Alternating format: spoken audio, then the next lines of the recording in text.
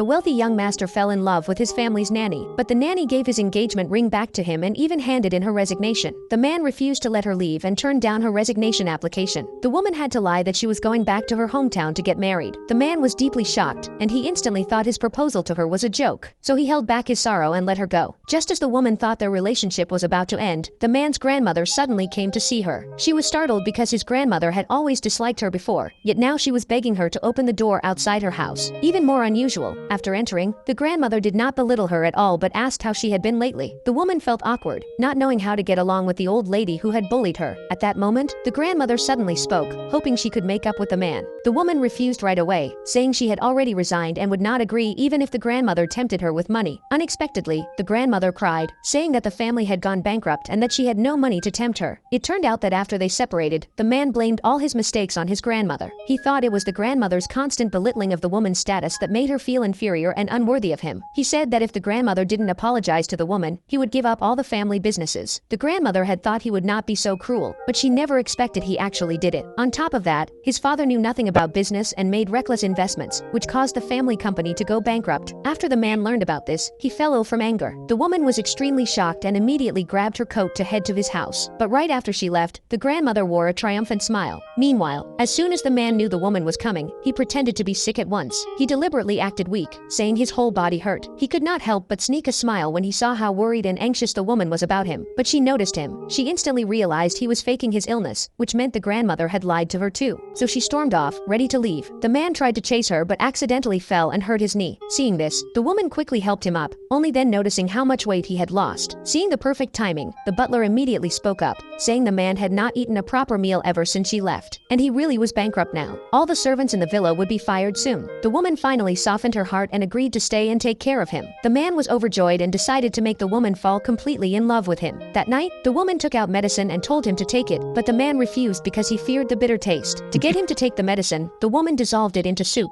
saying it would not taste bitter this way. However, the man only took one sniff and said the soup had turned bitter. The woman did not believe him and took a small sip, only to find the soup was indeed bitter. She then asked the man what he wanted her to do for him to take the medicine. The man shyly said, "I'll take the medicine if you feed it to me with your mouth." To his surprise, the woman actually took a sip of the soup and fed it into his mouth.